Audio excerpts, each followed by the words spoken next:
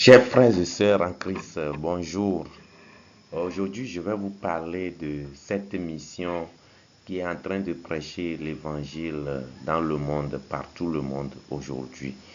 Et donc, quand nous voyons aujourd'hui, il y a beaucoup d'églises dans le monde, mais l'église qui prêche véritablement l'évangile dans le monde, c'est la mission Bonne Nouvelle. Et donc, ce qui fait que vous devez chercher à connaître cette mission et à savoir ce que prêche la mission Bonne Nouvelle. Et donc, aujourd'hui, nous allons étudier, voir ce que prêche la mission Bonne Nouvelle. Et que la mission Bonne Nouvelle, ce qu'il prêche est complètement différent de ce que beaucoup d'églises, ou bien la plupart des églises nous prêchent. Et donc, d'où vient le nom mission Bonne Nouvelle? La mission Bonne Nouvelle, ça veut dire quoi? Nous avons la mission de prêcher la bonne nouvelle. Donc, quand vous lisez déjà dans Marc chapitre 16, le verset 15, il a dit ceci, puis il leur dit, allez par tout le monde et prêchez la bonne nouvelle à toute la création. Donc Jésus-Christ a recommandé à ses disciples de prêcher la bonne nouvelle à toute la création. Et donc la bonne nouvelle, c'est synonyme de quoi? Et ça veut dire qu'il y a la mauvaise nouvelle. Et donc nous allons découvrir ce que prêche la mission bonne nouvelle. Quelle est cette bonne nouvelle-là? Et donc, qu'est-ce que la mission Bonne Nouvelle nous prêche? La mission Bonne Nouvelle montre exactement que nous sommes pécheurs par naissance et non par nos actes. Beaucoup d'églises montrent que non, nous sommes pécheurs par nos actes. Mais la mission Bonne Nouvelle, elle montre que non, nous ne sommes pas pécheurs par nos actes, mais c'est par naissance. Nous sommes nés pécheurs, c'est pourquoi nous sommes pécheurs. Et qu'elle montre également que la seule croyance en Jésus-Christ suffit pour être juste, parfait et saint. Donc, ce n'est pas par nos œuvres que nous pouvons être justes, mais c'est la seule croyance en Jésus-Christ qui nous en rend justes, parfaits et saints. Et qu'elle nous montre également que une fois que nous sommes devenus justes, nous ne pouvons plus être pécheurs. Et donc, nous allons faire là à travers la Bible. Et donc, comment sommes-nous devenus pécheurs? Nous devons le savoir. Et ici, nous avons l'arbre. Et donc, l'arbre, le nom de l'arbre n'est pas déterminé parce que c'est le fruit qu'il porte, mais c'est déterminé à travers ce qu'on a semé. C'est-à-dire que quand nous prenons le manguier, ce n'est pas au moment où on voit les mangues sur le manguier qu'on appelle manguier, mais c'est parce que nous savons que c'est la graine de la mangue, c'est la semence de la mangue qui est semée. C'est pourquoi nous avons le manguier. Et donc ce qui est premier, ce n'est pas les mangues, mais c'est la semence du manguier qui est premier.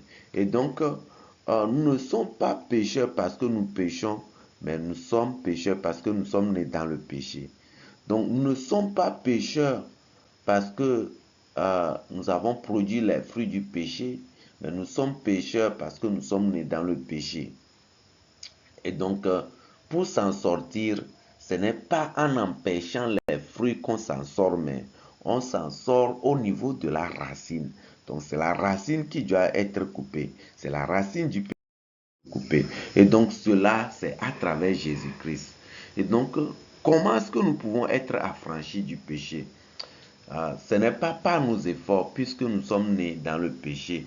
Nous sommes devenus pécheurs, non pas par nos actes, mais par naissance. Alors, Jésus-Christ est venu dans ce monde. Dans Jean chapitre 1, le verset 29, il a dit ceci. Le lendemain, il vit Jésus venant à lui et il dit, voici l'agneau de Dieu qui ôte le péché du monde. Donc Jésus-Christ est qui? C'est l'agneau de Dieu qui ôte le péché du monde. Donc si on a ôté le péché du monde, est-ce qu'il y a encore le péché dans le monde? Non. C'est-à-dire que si on ôte le péché du monde, ça veut dire qu'il n'y a plus le péché dans le monde. Est-ce que le péché est venu dans le monde? Lorsque vous lisez dans Romains chapitre 5, le verset 12, on dit par Adam, par un seul homme, Adam. À travers un seul homme, le péché est entré dans le monde. Donc, il n'y avait pas, lorsque Dieu a créé le monde, il n'y avait pas le péché dans le monde, mais comment le péché est venu dans le monde? C'est à travers Adam, le péché est venu dans le monde. Et maintenant, Jésus-Christ, il a pour mission de faire quoi? De venir ôter le péché du monde. Dans Romains et Jean chapitre 1, verset 29, on dit quoi? Jésus-Christ est l'agneau de Dieu qui ôte le péché du monde.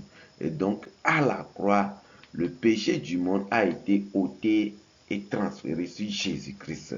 Ce qui fait que il n'y a plus le péché dans le monde. Donc, ça veut dire quoi? La Bible confirme ce que prêche la mission bonne nouvelle. En fait, pourquoi on a dit la bonne nouvelle? La bonne nouvelle pour nous montrer que nous sommes devenus justes à travers le travail de Jésus-Christ. Nous sommes devenus saints, parfaits. Mais beaucoup d'églises prêchent que nous sommes pécheurs. Nous avons le péché. Imaginez, si on vous dit que vous êtes pécheur, est-ce que c'est la bonne nouvelle ça?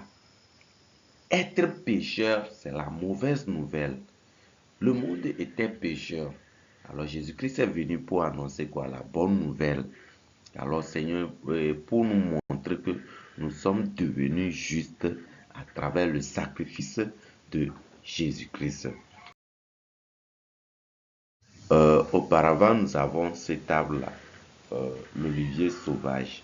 Lorsque vous voyez dans Romains chapitre 11, le verset 16, la Bible nous montre comment on peut devenir juste. C'est-à-dire que comment est-ce qu'on peut parvenir à la sainteté et à travers l'arbre. C'est-à-dire que vous lisez Romains 11, le verset 16. On dit quoi? Or, si les prémices sont saintes, la masse l'est aussi. Et si la racine est sainte, les branches le sont aussi. Donc, la condition pour que la branche soit sainte, c'est lorsque la racine est sainte. Donc, si vous avez pour racine Satan, alors vos branches, vous qui êtes branche, qui êtes connecté à cette racine-là, vous êtes automatiquement pécheur. Alors, quand vous dites que vous êtes pécheur, ça veut dire que vous êtes en train de dire que votre racine, c'est Satan. On dit que si la racine est sainte, les branches le sont aussi. Donc, si la racine est pécheur, les branches le sont aussi. Alors, le salut, c'est quoi? C'est que nous qui sommes la branche qui est connectée à la racine pécheresse, donc nous sommes coupés. Regardez, nous sommes coupés de l'arbre qui est Satan et nous sommes connectés à l'arbre qui est Jésus-Christ. Et donc, dire que je crois en Jésus-Christ, ça veut dire que je suis déjà coupé et connecté à l'arbre qui est Jésus-Christ. Alors, si nous sommes connectés à l'arbre qui est Jésus-Christ, regardez, les feuilles de cet arbre-là sont toujours d'une couleur différente, mais d'autant plus que cette branche est connectée à l'arbre. Alors, on dit que la branche est sainte. Donc, la condition pour que la branche soit sainte ne dépend pas de la branche elle-même, mais la condition pour que la branche soit sainte dépend de la racine.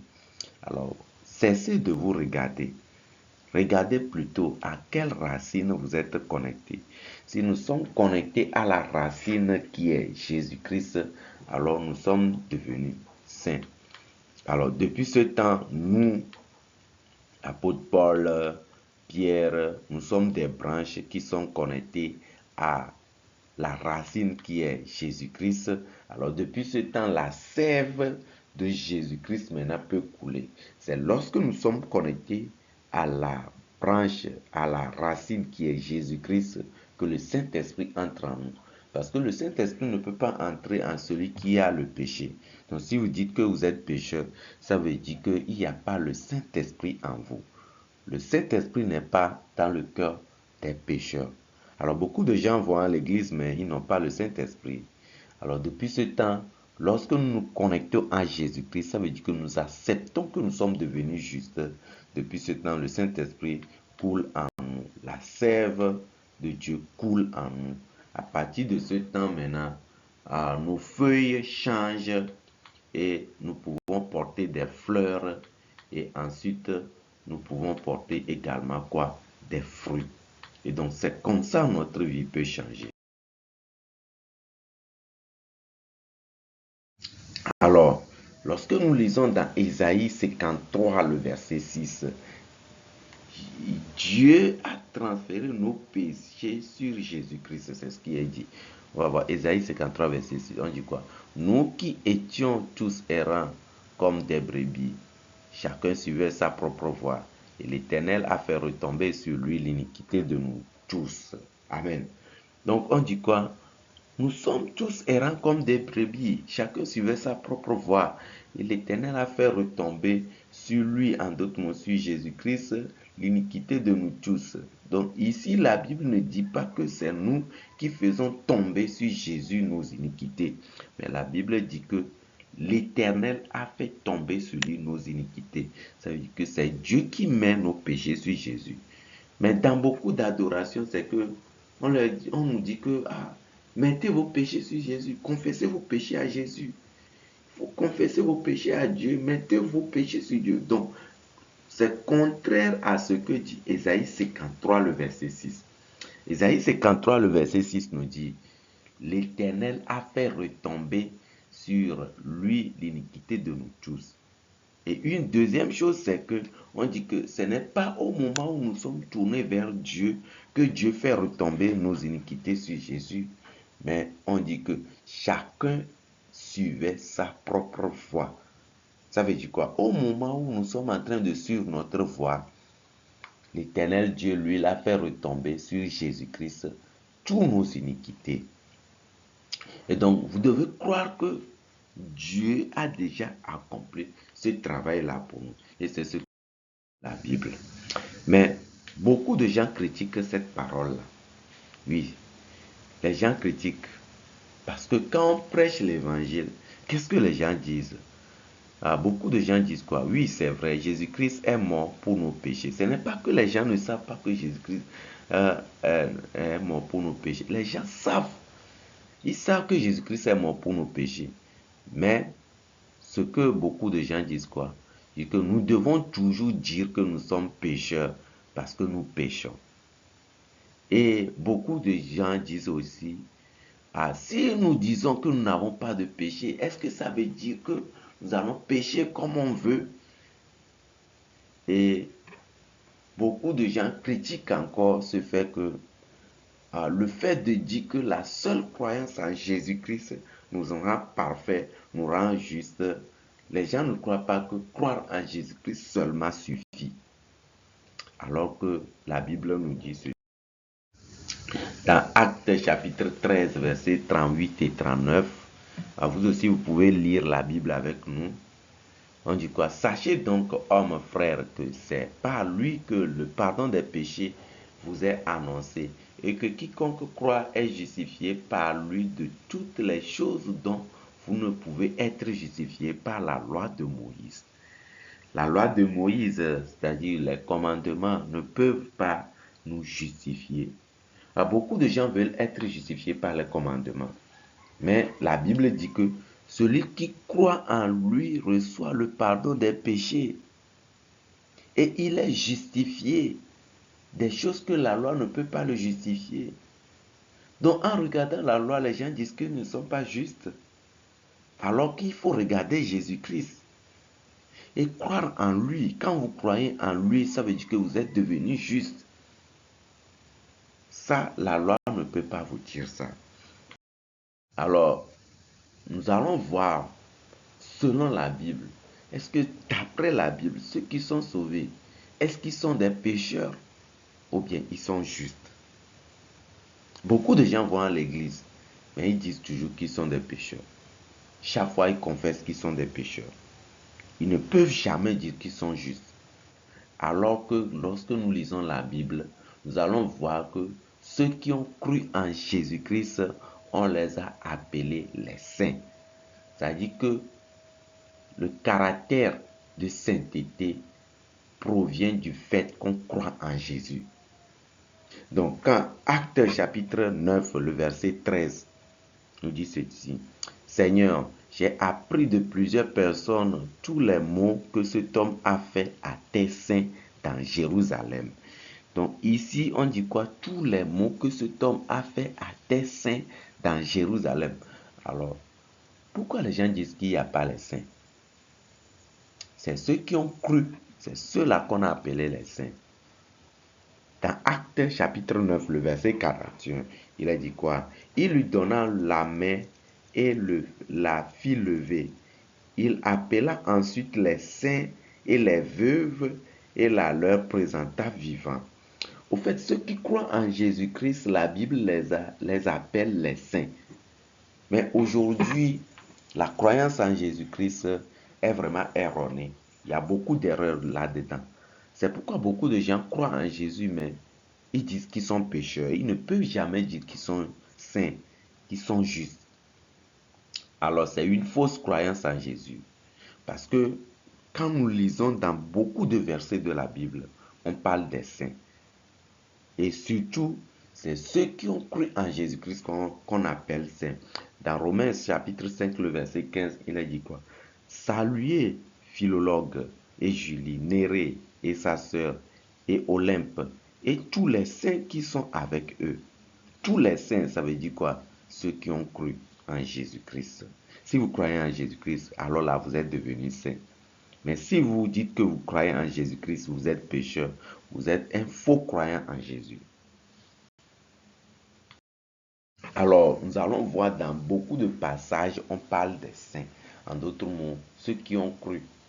Alors, nous allons lire quelques passages encore.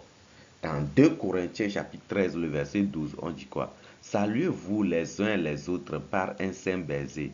Tous les saints vous saluent. De la même manière, nous allons voir aussi Éphésiens chapitre 1, le verset 1, il a dit quoi? Paul, apôtre de Jésus-Christ, par la volonté de Dieu, aux saints qui sont à Éphèse et aux fidèles en Jésus-Christ. On va voir encore dans Philippiens 4, le verset 22, on dit quoi? Tous les saints vous saluent, et principalement ceux de la maison de César. Donc, vous voyez ici, la Bible nous montre quoi? Lorsque nous croyons en Jésus-Christ, nous devenons saints. Au fait, ceux qui croient en Jésus, c'est ceux-là qu'on a appelés saints. Alors, qu'est-ce que aujourd'hui, depuis la nuit des temps, les gens se sont opposés à la doctrine de Jésus-Christ, à la parole de Jésus-Christ? Ce n'est pas au jour d'aujourd'hui. Vérifions déjà dans Marc chapitre 2. Dans Marc chapitre 2, il s'agit d'un homme malade. Et ce paralytique-là, qui a été amené devant Jésus-Christ, on l'a descendu par le toit de la maison. Alors dans Marc 2, verset 5, il est dit, Jésus voyant leur foi dit au paralytique, mon enfant, tes péchés te sont pardonnés. Jésus-Christ a dit, tes péchés te sont pardonnés. Ça veut dire que la personne n'a plus de péché. Ça veut dire que la personne est juste. C'est une bonne nouvelle.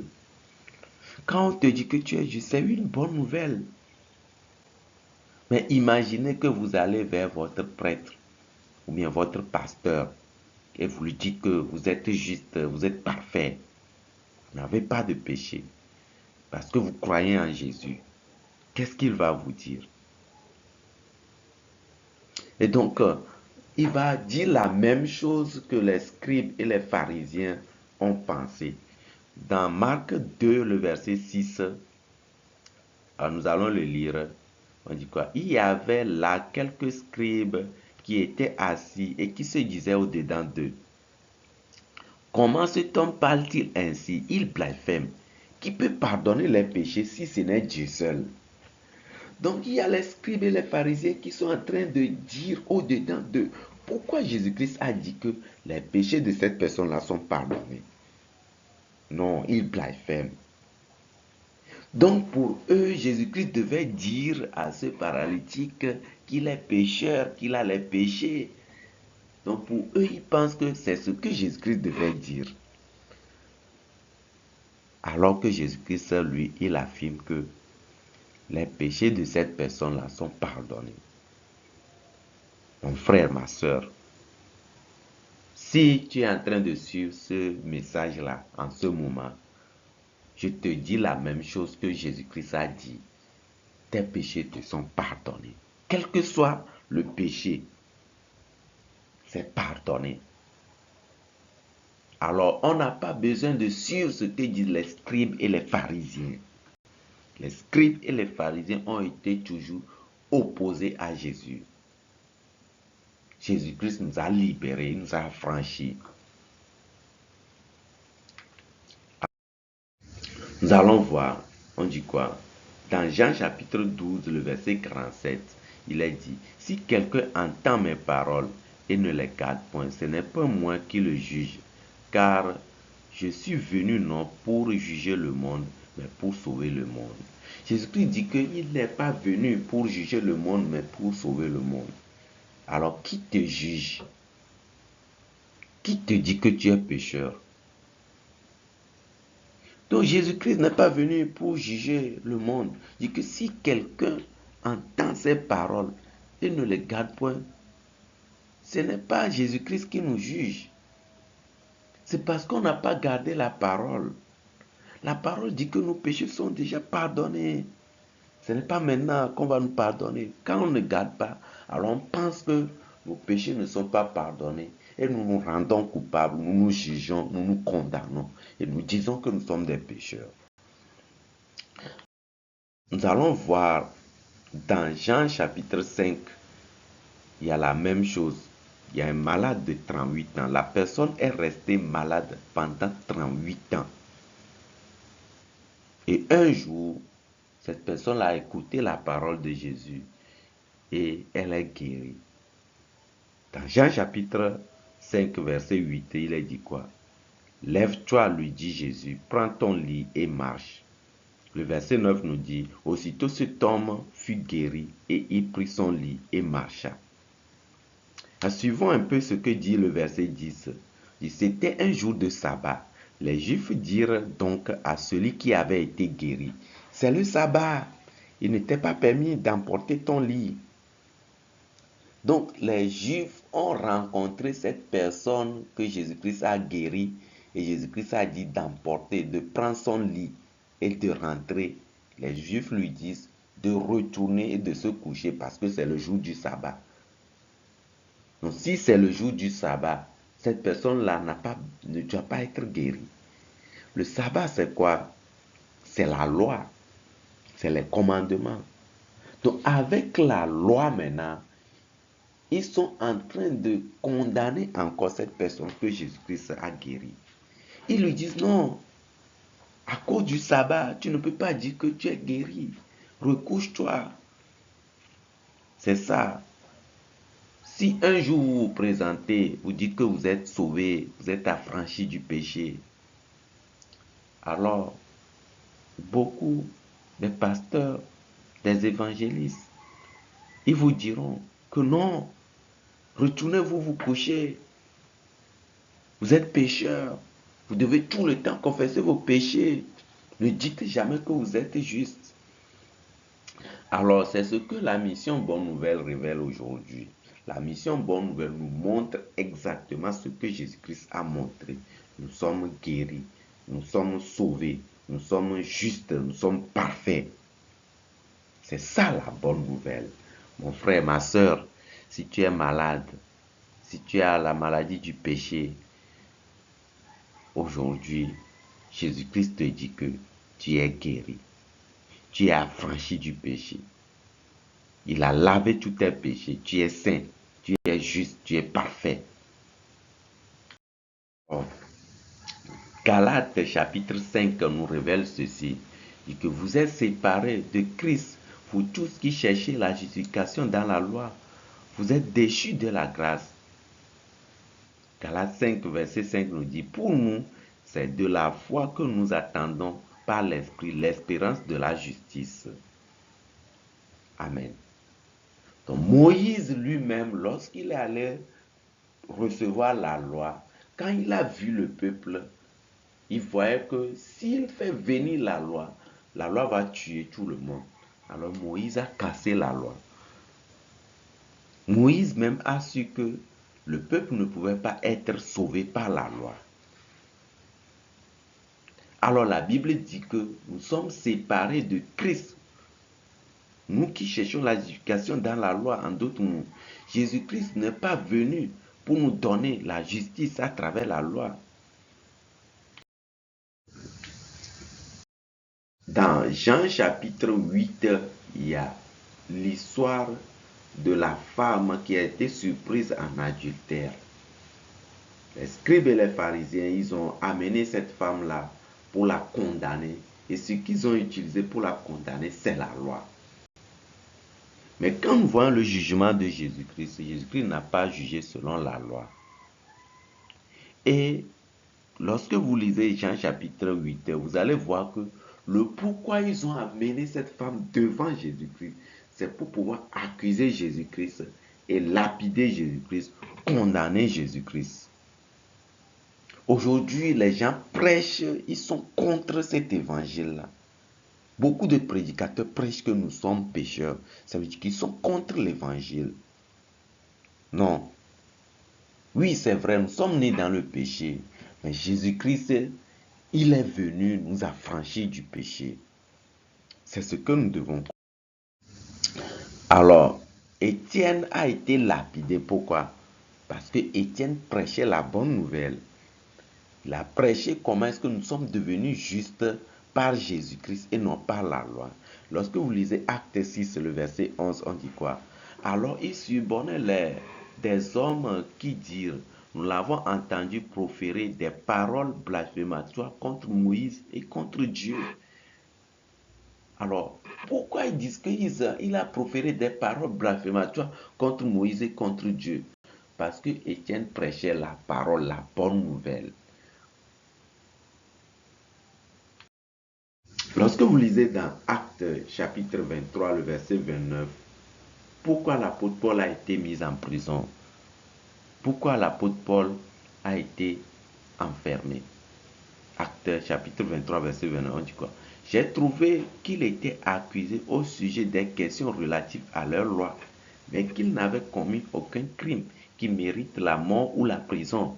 L'apôtre Paul a été condamné parce qu'il prêchait la bonne nouvelle.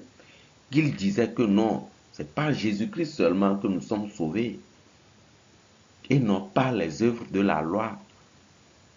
Alors les scribes et les pharisiens, ils étaient, non, ils disaient que non, nous devons trouver le salut, c'est par la loi, par le respect des commandements.